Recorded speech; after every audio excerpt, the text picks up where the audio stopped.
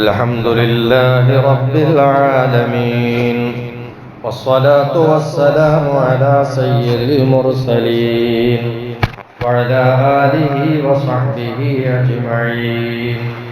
أما بعد فأعوذ بالله من الشيطان الرجيم. بسم الله الرحمن الرحيم. يا أيها الذين آمنوا اذكروا الله ذكرا كثيرا وسبحوه بكرة وأصيلا. صدق الله العظيم. سبحان الله نصف الإيمان والحمد لله تملأه ولا إله إلا الله ليس لها دون الله حجاب. قال رسول الله.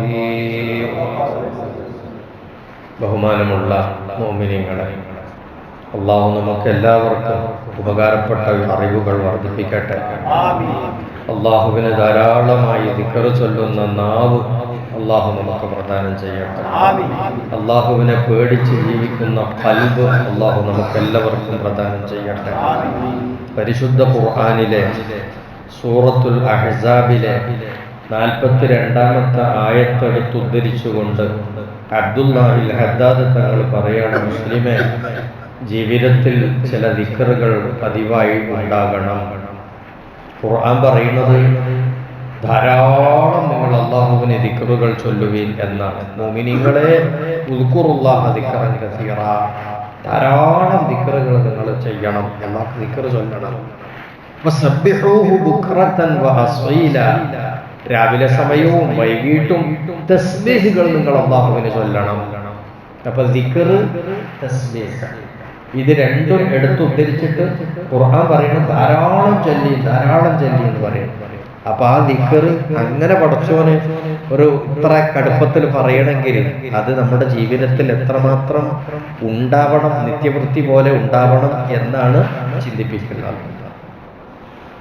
ദിക്റുകൾ ഒരുപാട് തരം ദിക്റുകളുണ്ട്, ഒരുപാട് ഇനം ദിക്റുകളുണ്ട്. ഇന്നലെ പറഞ്ഞതുപോലെ ഏത് സമയത്തും എപ്പോഴും എല്ലാവർക്കും ചെയ്യാൻ പറ്റുന്ന ഒരു ഇബാദത്താണ് ദിക്ർ എന്ന്. ആ കൂട്ടത്തിൽ ഒരു കാര്യം ഇന്നലെ സൂചിപ്പിച്ചു പോയേ ഉള്ളൂ.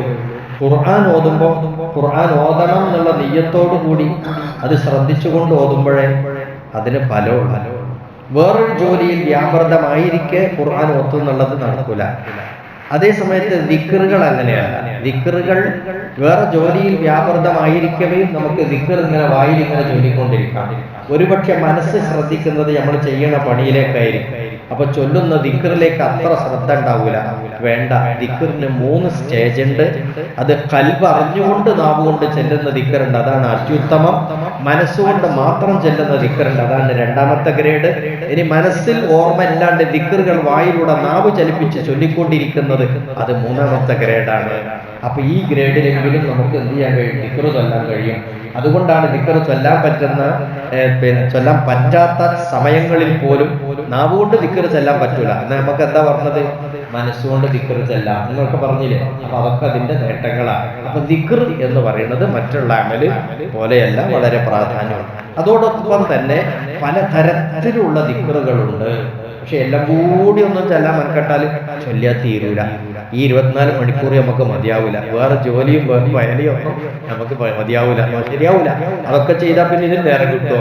അപ്പൊ നേരം സമയം കിട്ടൂല. അത്രയും കൂടുതൽ ഐറ്റം ദിക്റുകൾ ഉണ്ട് എന്ന് മനസ്സിലാക്കണം. അതോടൊപ്പം എല്ലാം കൂടി അല്ലെങ്കിലും ഒരു നിശ്ചിത ഒരു അളവിൽ നമ്മുടെ ജീവിതത്തിൽ ദിക്റുകൾ ഉണ്ടാകണം. അത് ചില ദിക്ർ നമുക്ക് എന്ത് ചെയ്യാം? പരിചയപ്പെടാം. അപ്പൊ നമ്മള് വർക്ക് ചെയ്തുകൊണ്ടിരിക്കുന്ന ഒരു മെഷീൻ, ആ മെഷീന്റെ വർക്കിങ്ങിൽ എന്തെങ്കിലും താമസമോ പിന്നെ ഡിലേ ആകുന്ന ഒരു പ്രശ്നമോ വന്നാൽ നമ്മൾ എന്താ ചെയ്യുക? അപ്പൊ കമ്പ്യൂട്ടർ ആണെങ്കിൽ ആ കമ്പ്യൂട്ടർ പെട്ടെന്ന് നമ്മൾ വിചാരിച്ച കാര്യങ്ങളൊന്നും ഓർഡറിൽ വരുന്നില്ല എന്ന് കണ്ടാൽ അതിനൊരു ബട്ടൺ നെക്കിയിട്ട് റീഫ്രഷ്മെന്റ് എന്ന് പറഞ്ഞിട്ട് ഒരു പരിപാടിയുണ്ട്. അതിനെ പുതുക്കുക എന്ന് പറഞ്ഞാൽ അതിന്റെ പ്രവർത്തനത്തെ ഒന്നുകൂടി എന്ത് ചെയ്യുക? ഒരു നവീനവൽക്കരിക്കുക എന്നുള്ള രീതിയാണ്. എന്നാൽ അതുപോലെ ഒരു മുസ്ലിമിന്റെ ഇസ്ലാമും ഈമാനും നവ്യമാക്കാൻ വേണ്ടിയിട്ടുള്ള മന്ത്രങ്ങൾ പരിശുദ്ധ ഇസ്ലാമിനുണ്ട്. അള്ളാഹുവിന്റെ തിരുദൂതർ പറഞ്ഞ ഒരു വാക്യമാണ്, ജദ്ദിദൂ ഈമാനക്കും ബിഖൗലി ലാ ഇലാഹ ഇല്ലല്ലാഹ്. നിങ്ങൾ നിങ്ങളുടെ ഈമാനിനെ പുതുക്കണം. അതാണ് ഈ റീഫ്രഷ്മെന്റ്. അതെങ്ങനെ? ലാ ഇലാഹ ഇല്ലല്ലാഹ്. ഈ ലാ ഇലാഹ ഇല്ലല്ലാഹ് എന്ന ദിക്ർ കൊണ്ടാണ് നമ്മുടെ ഈമാൻ എന്താണ്? ഫ്രഷ് ആവുന്നത്. അത് കൂടെ കൂടെ ഫ്രഷ് ആക്കിക്കൊണ്ടേയിരിക്കണം. ജദ്ദിദു ഈമാനക്കും ബിഖൗലി ലാ ഇലാഹ ഇല്ലല്ലാഹ്.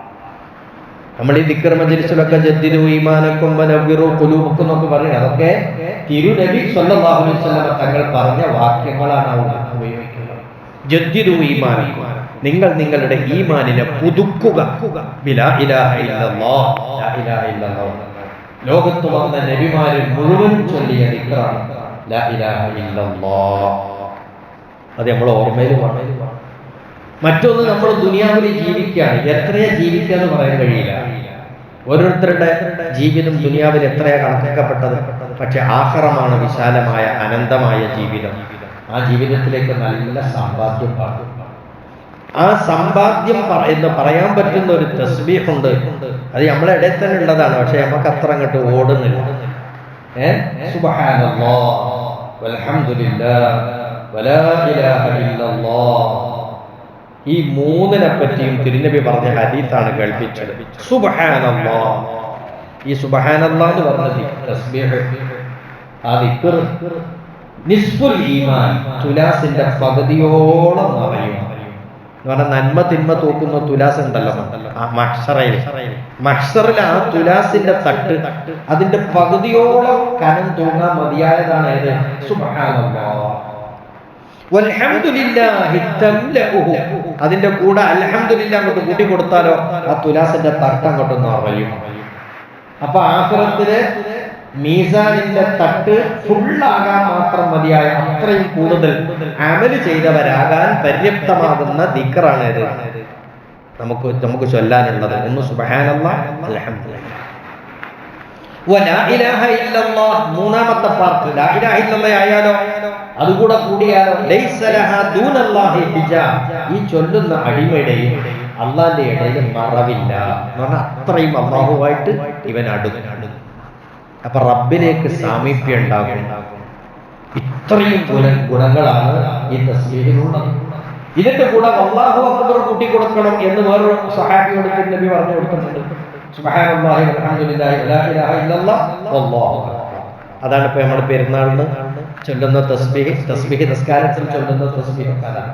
ഇനി അതിൽ തന്നെ പെരുന്നാൾ നിസ്കാരത്തിന്റെ തസ്ബീഹിലാകട്ടെ, തസ്ബീഹ് നിസ്കാരത്തിലെ തസ്ബീഹിലാകട്ടെ, ഈ വല്ലാഹു അക്ബർ കഴിഞ്ഞിട്ട് വലാ ഹൗല വലാ ഖുവത ഇല്ലാ ബില്ലാഹിൽ അലിയിൽ അലീം എന്നുകൂടി കൂട്ടിയാലോ വെരി ബെസ്റ്റ്. അതും തിരുനബിയുടെ ഹദീസിൽ വന്നിട്ടുണ്ട്. അത് ചേർത്ത് കൊടുക്കണം. പറ്റുമെങ്കിൽ സമയമൊക്കെ ഉണ്ടോ സുബ്ഹാനല്ലാഹി വൽഹംദുലില്ലാഹി വലാ ഇലാഹ ഇല്ലല്ലാഹു വല്ലാഹു അക്ബർ വലാ ഹൗല വലാ ഖുവത ഇല്ലാ ബില്ലാഹിൽ അലിയിൽ അലീം എന്നുകൂടി കൂട്ടണം. എന്താ കാരണം? അല്ലാഹുവിന്റെ ദൂതർ പറഞ്ഞു ഈ ലാ ഹൗല വലാ ഖുവത ഇല്ലാ ബില്ലാഹ് എന്ന ദിക്ർ കൻസും മിൻ കുനൂസിൽ ജന്ന, സ്വർഗ്ഗത്തിന്റെ നിക്ഷേപമാണ്, സ്വർഗ്ഗത്തിലെ നിധിയാണ് ലാ ഹൗല വലാ ഖുവത ഇല്ലാ ബില്ലാഹ്.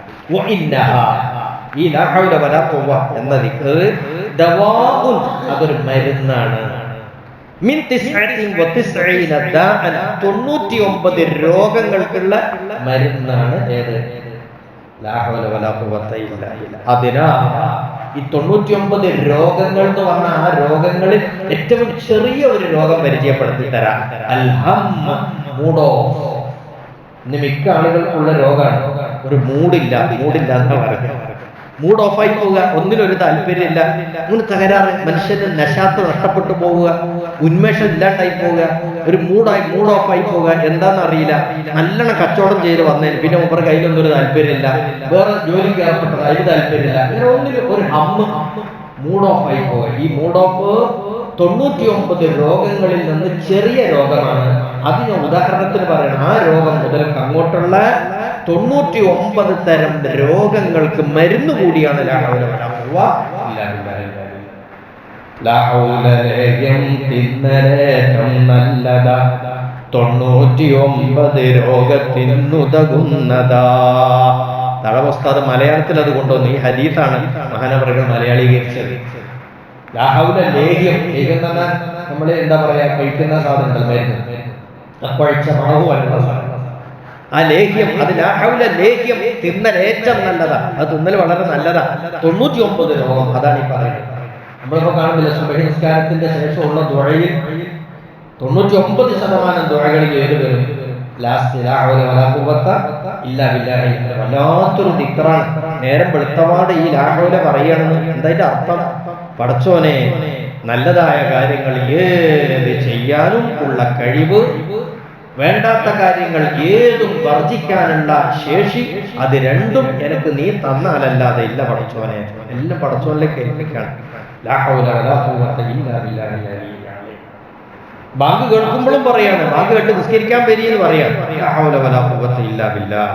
പടച്ചോനെ, നിന്നെ കൊണ്ടല്ലാതെ ഇതിനൊന്നും, ഈ പറഞ്ഞ കാര്യങ്ങളൊന്നും ചെയ്യാൻ എന്നെ കൊണ്ട് കഴിയില്ല എന്ന് പറയുന്ന ലാ ഹൗല, അത് വല്ലാത്തൊരു ദിക്റാണ്. അത് നമ്മുടെ ജീവിതത്തിൽ ഉണ്ടാകണം. കാലത്തും വൈകിട്ടും സുബ്ഹാനല്ലാഹി വബിഹംദിഹി സുബ്ഹാനല്ലാഹിൽ അസീം എന്ന തസ്ബീഹ് ചൊല്ലുന്നത് വളരെ പുണ്യമാണ്. അതൊരു 100 വട്ടം കണക്കാക്കി ചൊല്ലിയാൽ അന്നത്തെ ദിവസം അവനെ പോലെ ശ്രേഷ്ഠതയുള്ള ആള് വേറെ ആളുണ്ടാവില്ല, ഈ ചൊല്ലിയ ആളല്ല. അങ്ങനെ 100 വട്ടം സുബ്ഹാനല്ലാഹി വബിഹംദിഹി സുബ്ഹാനല്ലാഹിൽ അസീം, അത് രാവിലെയും വൈകിട്ടും 100 വട്ടം വീതം ചെല്ലുന്ന ആളാണെങ്കിൽ അയാളെപ്പോലെ ശ്രേഷ്ഠതയുള്ള ആള് വേറെ ആളുണ്ടാവില്ല. അതിന്റെ ചെറിയൊരു സാമ്പിളും നമുക്ക് പറ്റുന്ന ഒരു മാർഗമാണ്, മാതൃകയാണ് നമ്മുടെ പള്ളികളിലൊക്കെ. മഗ്‌രിബിന്റെ ഒരു 10 മിനിറ്റ് മുമ്പ് വന്നിരുന്നു സുബ്ഹാനല്ലാഹി വബിഹംദിഹി, യാതൊരു ഫضലുള്ള ദിക്റാണ്. അപ്പൊ അതുകൊണ്ട് വെറുതെ റോട്ടിലും മറ്റും ആവശ്യമില്ലാതെ നിന്ന് നേരം നോക്കുകയാണെങ്കിൽ ഇങ്ങനൊരു വല്ലാത്തൊരു പുണ്യം നമുക്ക് കിട്ടാനുണ്ടെന്ന് പറഞ്ഞ് വേഗം നമ്മൾ പള്ളിയിൽ വന്ന് മഗ്‌രിബിന് അല്പം നേരത്തെ വന്നിരുന്നാൽ ഈ ദിക്ർ നമുക്ക് ചൊല്ലാൻ കഴിയും. അതുപോലെ സുബഹിക്ക് നേരത്തെ വരുന്ന ആളുകളുണ്ട്, ബാങ്കിന്റെ മുമ്പേ നമ്മുടെ പള്ളിയിലെത്തുന്ന ആളുകളുണ്ട്. അവർ വന്നിരുന്നിട്ട് ഈ ഉറക്കം തൂക്കി ഇരിക്കുന്നതിന് പകരം വേഗം വന്നിരുന്നു നിസ്കരിച്ച് കഴിഞ്ഞിരുന്നതിന് ശേഷം ഇത് ചൊല്ലിയാൽ സുബ്ഹാനല്ലാഹി വബിഹംദിഹി സുബ്ഹാനല്ലാഹിൽ അസീം, അത് ചൊല്ലുന്നത് അത്രയും വലിയ ഗുണമുണ്ട്. അപ്പൊ എല്ലാം കൂടി ഒന്നും പറയാൻ കഴിയില്ല, ചിലതൊക്കെ നമ്മുടെ ജീവിതത്തിൽ വരണം. പിന്നെ എല്ലാവരുടെയും പ്രശ്നമാണ് എന്ത്? അതെ, ബർക്കത്തില്ല, കച്ചവടം ചെയ്തിട്ട് ബർക്കത്തില്ല, ജീവിതത്തിൽ വളരെ പ്രയാസമാണ്, ദാരിദ്ര്യമാണ്, ഒരു സമ്പൽ സമൃദ്ധിയില്ല, അഭിവൃദ്ധിയില്ല, ഒരു പുരോഗതിയില്ല, എവിടെ പോയാലും നമ്മൾ താഴ്ചയിലേക്ക് തന്നെ. ഇങ്ങനെയുള്ള പ്രശ്നത്തിന് ഏറ്റവും പരിഹാരമായിട്ടുള്ള 2 കാര്യങ്ങളാണ് ഹദീസിന്റെ കിതാബിൽ നമുക്ക് നിർദ്ദേശിക്കപ്പെട്ടുള്ള. ഒന്ന്, അസ്തഗ്ഫിറുല്ലാഹൽ അസീം, അത് കൂടുതൽ ചൊല്ലുക. കച്ചവടക്കാർ കച്ചവടം ചെയ്യുന്നതിനിടയിലും അസ്തഗ്ഫിറുല്ലാഹ് ചൊല്ലിക്കൊണ്ടിരുന്നാൽ ഈ പറഞ്ഞ അഭിവൃദ്ധിയും പുരോഗതിയും ധാരാളം ഉണ്ടാകും. അസ്തഗ്ഫിറുല്ലാഹ്. രണ്ടാമത് നബി സല്ലല്ലാഹു അലൈഹി വസല്ലമ തങ്ങളുടെ പേരിലുള്ള സ്വലാത്താണ്. ഇതും നമ്മുടെ ജീവിതത്തിൽ അഭിവൃദ്ധി വർദ്ധിപ്പിക്കുന്നതാണ്, ധാരാളം ഹൈറും ബർക്കത്തും കൊണ്ടുവരുന്നതാണ് അസ്തഗ്ഫിറുല്ലാഹയും സ്വലാത്തും. അപ്പൊ ഇത് നമ്മുടെ പ്രത്യേകമായിട്ടുള്ള ദിക്റുകൾ, ഈ പറയപ്പെട്ട ദിക്റുകളെങ്കിലും ജീവിതത്തിൽ നമ്മൾ സ്ഥിരമായിട്ട് കൊണ്ടുനടക്കുന്നവരാകുക. പിന്നെ ഓരോ സമയത്ത് ചൊല്ലേണ്ട ദിക്റുകൾ ഉണ്ടല്ലോ ധാരാളം, അതൊക്കെ നമ്മൾ വീട്ടിൽ നിന്ന് പുറത്തിറങ്ങുമ്പോൾ തവക്കൽതു അലല്ലാഹി വലാ ഹൗല വലാ ഖുവത ഇല്ലാ ബില്ലാഹ്, വീട്ടിൽ കയറുമ്പോൾ ബിസ്മില്ലാഹി പറഞ്ഞിട്ട് പിന്നെ ഇഖ്ലാസ് സൂറത്തോടുക, പള്ളിയിലേക്ക് വരുമ്പോഴുള്ള ദിക്ർ, പള്ളിയിൽ നിന്ന് പുറത്ത് പോകുമ്പോഴുള്ള ദിക്ർ, ഇങ്ങനത്തെ വാഹനത്തിൽ കയറുമ്പോഴുള്ള ദിക്ർ, വാഹനത്തിൽ നിന്ന് പുറത്തേക്ക് ഒരു സ്ഥലത്തൊക്കെ ഇറങ്ങുമ്പോഴുള്ള ദിക്ർ, ഇതൊക്കെ നമ്മുടെ ജീവിതത്തിൽ ഉണ്ടായാൽ നമ്മുടെ ജീവിതം വളരെ ധന്യമായി, സമ്പന്നമായി, വളരെ കൂടുതൽ നല്ല സംസ്കാര സമ്പന്നമായ ജീവിതമായി. അല്ലാഹുവേ, നീ ഞങ്ങൾക്ക് ശുദ്ധമായ ജീവിതം തരണേ അല്ലാഹ്. നിന്നെ ഓർത്തുകൊണ്ടും നിന്നെ പറഞ്ഞുകൊണ്ടും ജീവിക്കുന്ന മുത്തഖീങ്ങളുടെ മുഅ്മിനീങ്ങളുടെ ജീവിതം തരണേ അല്ലാഹ്. ദുനിയാവും ആഖിറവും നീ ഞങ്ങൾക്ക് വിജയിപ്പിച്ചു തരണേ അല്ലാഹ്. വആഖിറു ദഅവാനാ അൽഹംദുലില്ലാഹി റബ്ബിൽ ആലമീൻ.